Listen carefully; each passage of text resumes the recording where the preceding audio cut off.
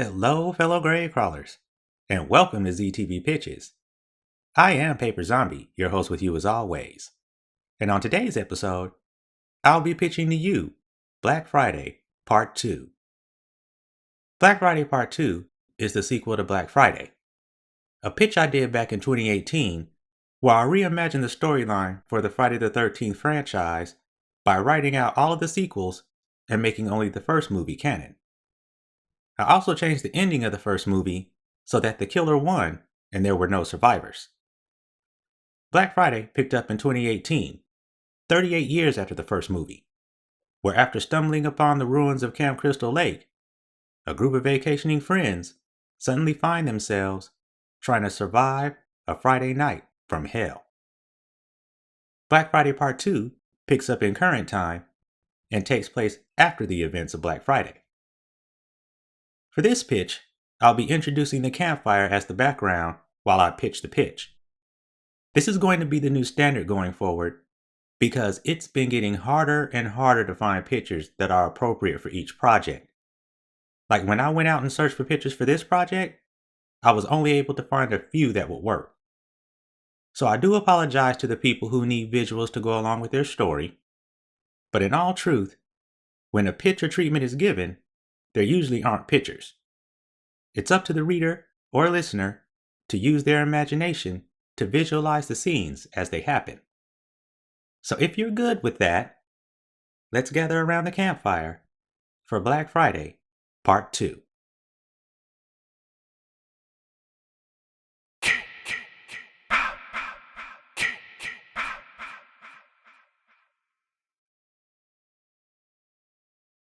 Black Friday Part 2 centers around the newly refurbished and soon to reopen Camp Crystal Lake.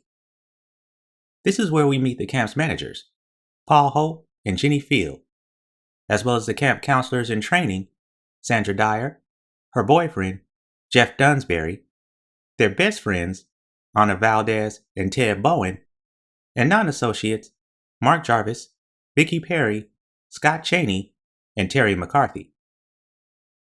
Things start off normally, with the only caveat being that the camp will be operating at half capacity. This is due to the land developers not having enough time to finish the entire site before the start of camping season. The undeveloped area has been blocked off by a barrier that runs horizontally across the property, and no campers or counselors are allowed to be on the undeveloped side of the barrier.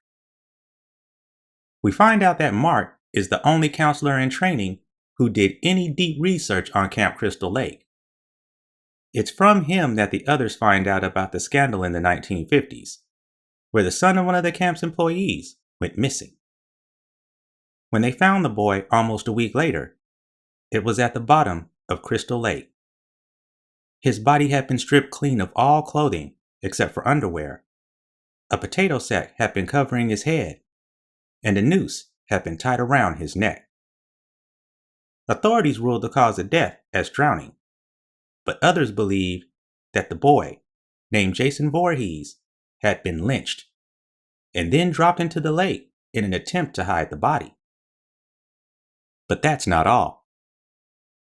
The following year, when the camp reopened, 4 more campers went missing on the same day that Jason had, on Friday the 13th.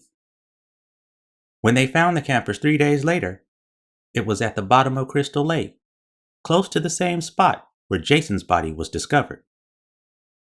But that's still not all. Decades later, when the camp was reopened in 1980, all of the camp counselors in training and their trainer, the son of the people who owned the camp, were brutally murdered on the camp's grounds. Their bodies were discovered the following day, Saturday the 14th. Since that incident, Camp Crystal Lake had remained closed. Until now. When Mark has everyone check the date, they're surprised to realize it's Friday the 13th. Everyone except for Jeff and Sandra thinks that Mark is full of monkey dookie. And the only reason Jeff and Sandra don't is because of what happened to them at the local store the previous day. Once the clerk at the register had found out that they were going to Camp Crystal Lake and why, he called the people who'd reopened the place fools, and Jeff and Sandra fools if they went there. Camp Crystal Lake was cursed. Had been since the day that they pulled the body of that Voorhees boy out of the lake. People who went there had a bad habit of coming up dead. That's why everybody called the place Camp Blood. Mark's research and Sandra and Jeff's admission causes a big debate with Scott, who suggests that they find out if it's fact or folklore by sneaking into the undeveloped section to see if there's any evidence of an old campsite. This leads our counselors to the barrier, where they boost and then pull each other over into the undeveloped section. Following an overgrown and unkempt path, they're eventually led to a group of old cabins. Looking within shows them old, mattressless metal beds with old, decaying wooden dressers sitting next to them. It gives everyone the feeling that the cabin had once been prepared and ready for campers to occupy it. Campers that never arrived that year because of the murders. Jeff's timer lets everybody know it's time to head back. But Jeff stops in at the restrooms near the archery range and the barrier, while the others head on back to the cafeteria. When Jeff leaves the restrooms to start his return trip, he's distracted by the sound of something moving in the forest behind him. Upon closer investigation, he discovers the source of the sound. A person who darts away from Jeff and toward the barrier. When Jeff follows and arrives at the barrier, he finds its gated door unlocked, with the chain and padlock that had been locking it laying nearby on the ground. When Jeff hears sounds of movement from beyond the barrier, it leads him deeper into the undeveloped area than he traveled before with the others. The chase eventually brings him to a different set of cabins than the ones he saw before. While checking one of the cabins, which has a hole in the roof, Jeff is assaulted, and after a brief struggle, gets a look at his attacker. And what Jeff sees makes him think he's hallucinating. His assaulter looks just like how he would imagine Jason Voorhees would look if his body were never recovered from the lake and had risen from a watery grave. From the soggy potato sack covering the head, to the remains of the noose around the neck, to the grimy worn-out underwear, to the skin that looked mossy and greenish, as if it had been at the bottom of a lake for a long time. Jason doesn't give Jeff much time for looking, and breaks off one of the small metal pipes from the bed and uses it as a weapon to throw at Jeff. Jeff assumes that Jason is aiming for his head and protects it with his hands, leaving the true target completely exposed. Jeff finds that out when the pipe smashes into his groin, dropping him to his knees in pain. Jason quickly recovers the pipe, and now that Jeff is at the same height as him, uses it to strike him against the left temple. Jeff is in too much pain from the first attack to defend himself, and takes the full force of the hit. It's enough to knock him to the floor and send his body into convulsions. With the iron pipe still in hand, Jason watches Jeff's convulsing body for a moment, before he begins striking Jeff repeatedly in the head. It's only when Jeff's body falls still and lifeless that Jason ends his attack. He stares down at Jeff's body for a moment, confirming death, before he leaves the body and the cabin. Meanwhile, on the developed side of the camp, in the cafeteria, Sandra and the others become concerned over Jeff's tardiness. After Mark uses his phone to track Jeff's phone, Paul realizes that the coordinates put Jeff not in the bathroom, but deep in the undeveloped section. So he, Jenny, and the others go out together in search, just as dusk is falling. Everyone is a bit disturbed when they find the barrier gate open and the chain and padlock discarded, as nobody else had a key to it except for Paul. When they arrive at the old cabin where Jeff's signal is coming from, Paul is the one who searches the cabin with the hole in the roof and finds Jeff's body within. Sandra, unfortunately, sees the body as well and remains behind with it while Paul steps outside to check with Jenny on the status of the police being sent. That's when Jason takes the opportunity to sneak quietly into the cabin through the hole in the roof.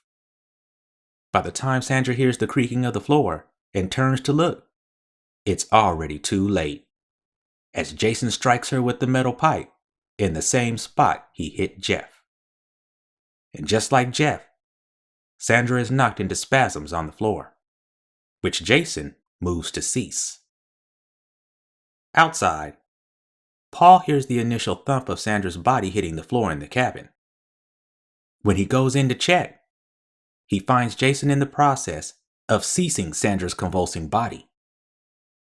Jason catches sight of Paul and halts his assault on Sandra. Paul wastes no time by slamming the cabin door shut and yelling at everyone to run back to the gate. Unfortunately, night has fallen at this point and leads to Anna tripping, falling, and spraining her ankle during the escape. She has to ride on Paul's back in order to keep the escape speedy to reach the gate.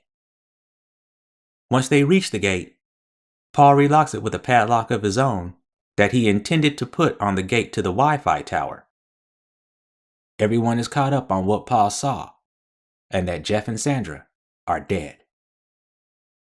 Jenny reveals that no police are coming, because apparently, given the day and the time of year, prank calls come in through 911 with people pretending to be under attack at Camp Crystal Lake.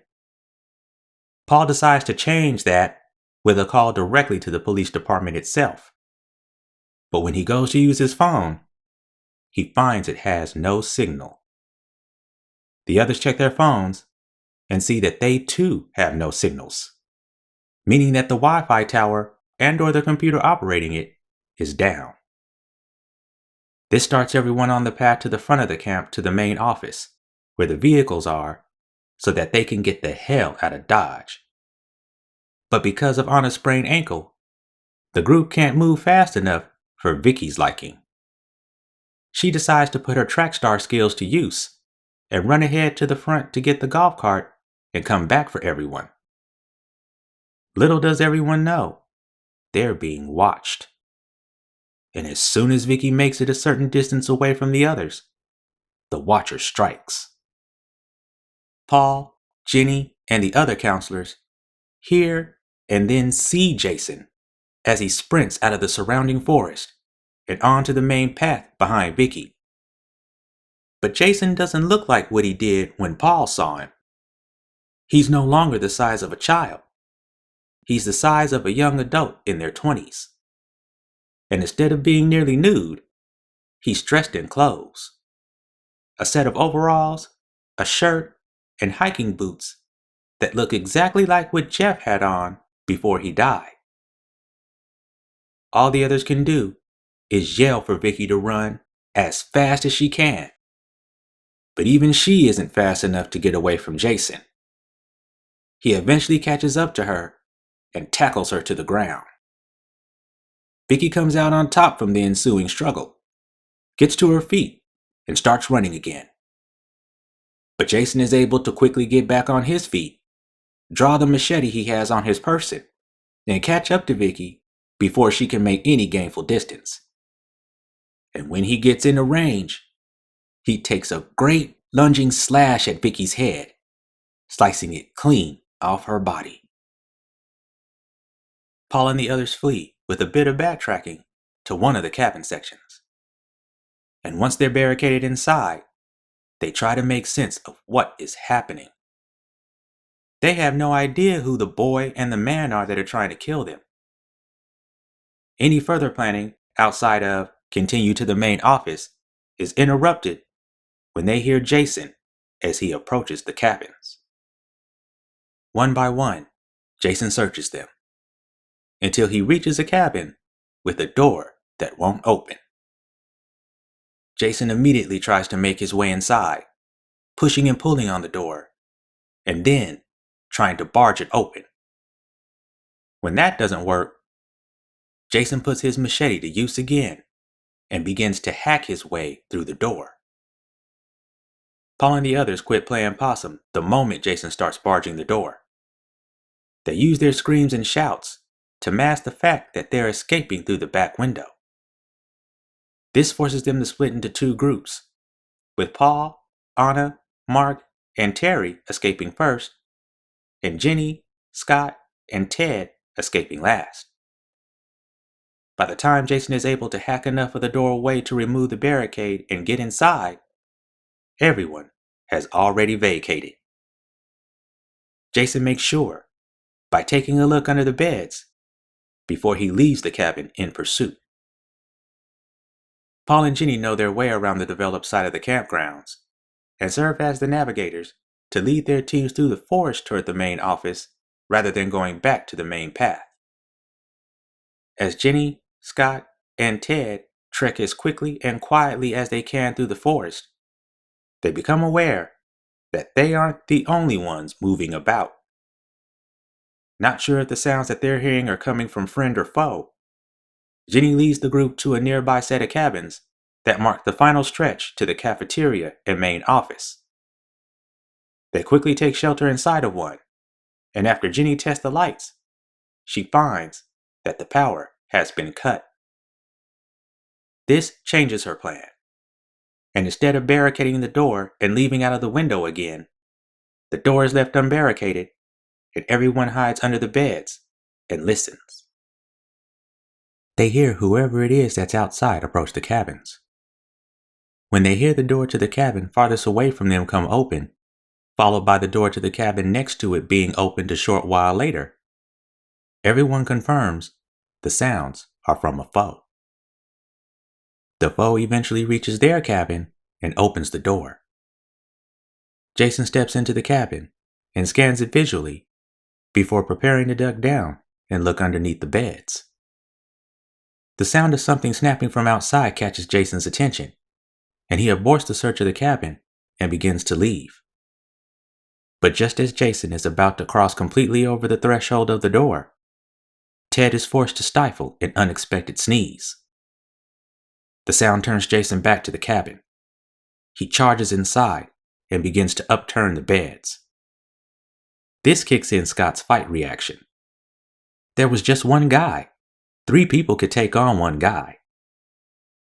Scott slides out from under his hiding spot right as Jason is upturning a bed, gets to his feet, and charges at Jason.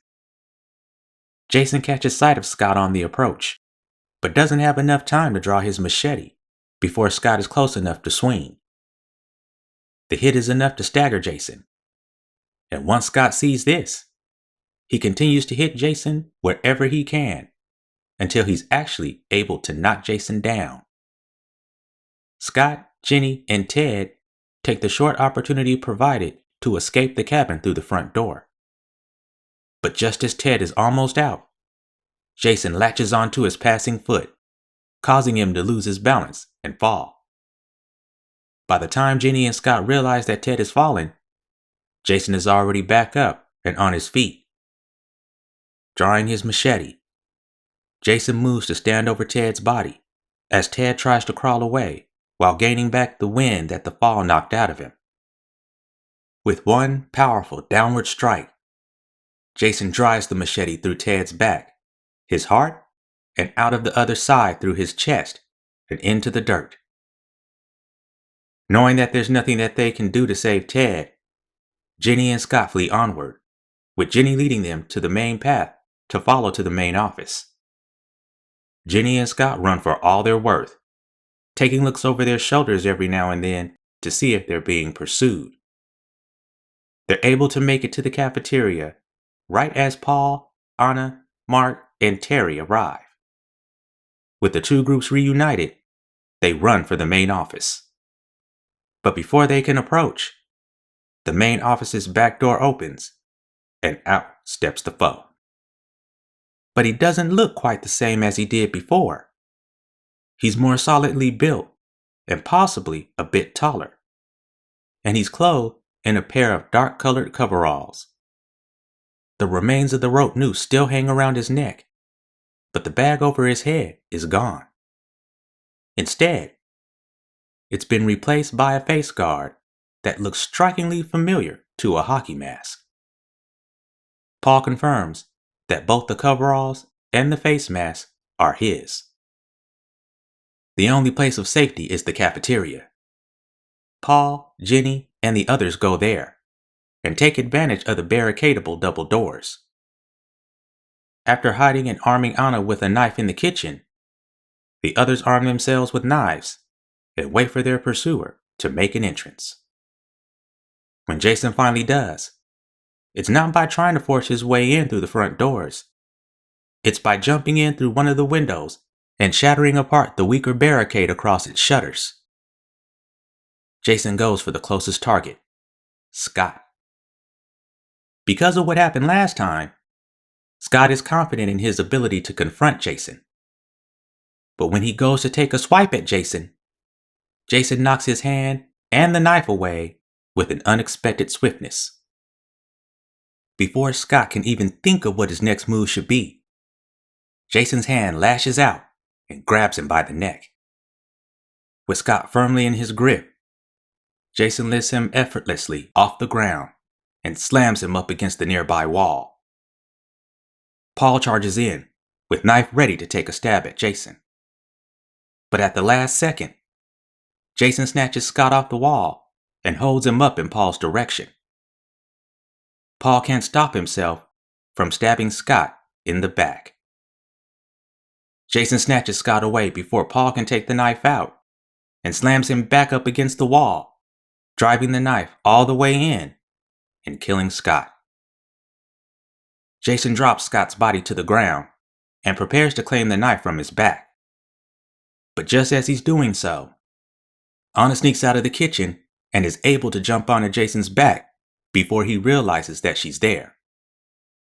Anna manages to stab Jason multiple times in the chest as he struggles to get her off of him. But the stabs seem to have no effect. As she lands another stab, Jason unexpectedly grabs her stabbing hand and holds it in place. Then, he uses his body to flip Anna over and off of him. Before Anna can recover, Jason is already on her.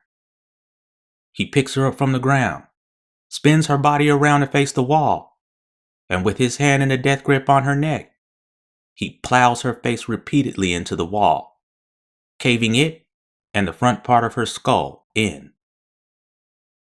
Seeing that Jason appears to be unaffected by being hit or stabbed, Paul switches the plan from fight to flight. Jason sees his victims trying to flee and goes in pursuit, pulling the knife that Anna left behind from his chest in the process. Jenny unbarricades the front doors, opens them, and she, Mark, and Paul start their escape. But Jason has a straight shot toward them, with no obstacles in his path. He readies the knife, winds up, and launches it at Paul as he's going through the door. The knife strikes home in Paul's back, downing him just long enough for Jason to make it to him. Paul yells for Jenny and Mark to run, as Jason plants one of his feet on Paul's head and his leg across Paul's back, pinning him to the ground. Then, Jason takes the knife out of Paul and uses it to stab him violently over and over again until Paul is forced to move on to the next existence. Jenny and Mark run from the cafeteria and into the main office. Trying to get to the keys and out of the main office to the cars turns into a game of cat and mice, which claims Jenny, leaving Mark as the last one standing. While Jason is taking Jenny out of the world, Mark is able to grab his car keys and make a run for the cars. But once he gets out front, he finds that all of the vehicles have been sabotaged. Every tire on them is flat. Suddenly, Mark spots headlights approaching the camp. Praying it's the police, he runs towards them. The vehicle turns out not to be the police, but a pedestrian. One Monica Appleton, who just happens to be Mark's aunt. Monica hurries Mark into the car, just as Jason walks out through the front doorway of the main office, and is able to speed away back down the road before Jason can get to them. As Monica and Mark drive, we find out that Monica made the trip to come get Mark once she found out where he was working at. Having been the sole survivor in 2018 of Pamela Voorhees' attack on her and her friends at Camp Crystal Lake's neighboring Camp Diamond Creek, she and the family were worried about Mark's safety. Mark never knew what Monica endured in 2018 because he was never told. And word never got out about the situation due to how bizarre it was. An 80-plus-year-old woman who had strength, agility, and resilience far beyond what someone her age should have had. And the fact that another voice spoke through said woman at times. The voice of a boy child, driving her, telling her to kill her, mommy, kill her. Hearing this, Mark wonders if the person that was after them really was Jason come back from the grave. Monica answers that it's possible. Without Pamela to house his spirit, maybe Jason moved on to Camp Crystal Lake itself to haunt it. Mark thanks Monica for coming to the rescue. And Monica replies, "I'm just glad I made it in time." In the epilogue, the entirety of the Crystal Lake Police Department descends on Camp Crystal Lake to recover the bodies and conduct a scene investigation. While no sign of any other people, including a boy or man fitting the description given by Mark, is seen, many on the force report feeling a strong sense of being watched while on the campgrounds. By order, Camp Crystal Lake is shut down permanently, and all public access to it is blocked off. The captain of the police force is quoted as saying, "There are places in this world that people aren't meant to go. Camp Crystal Lake is one of them." We then fade to black.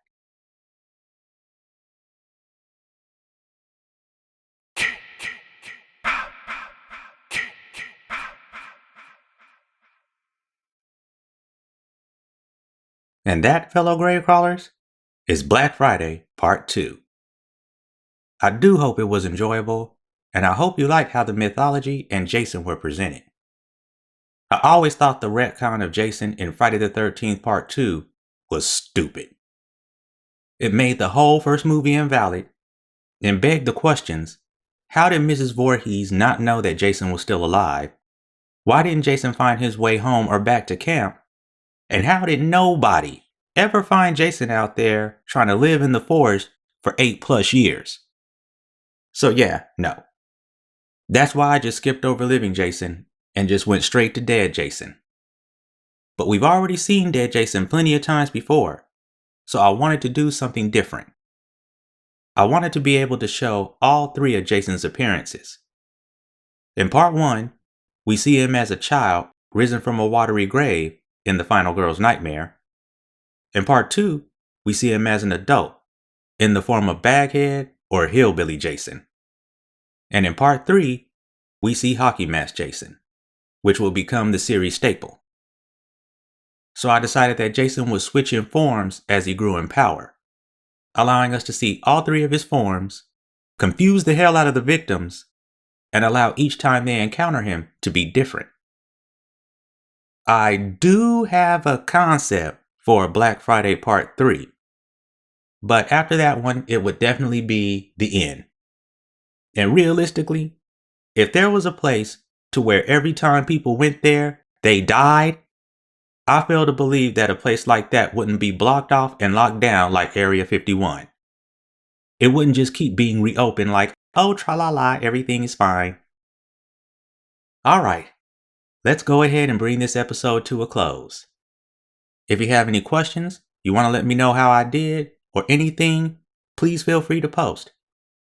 Just keep it constructive if you're offering criticism. Thank you once again, fellow grave crawlers, for watching, and I will catch you next time.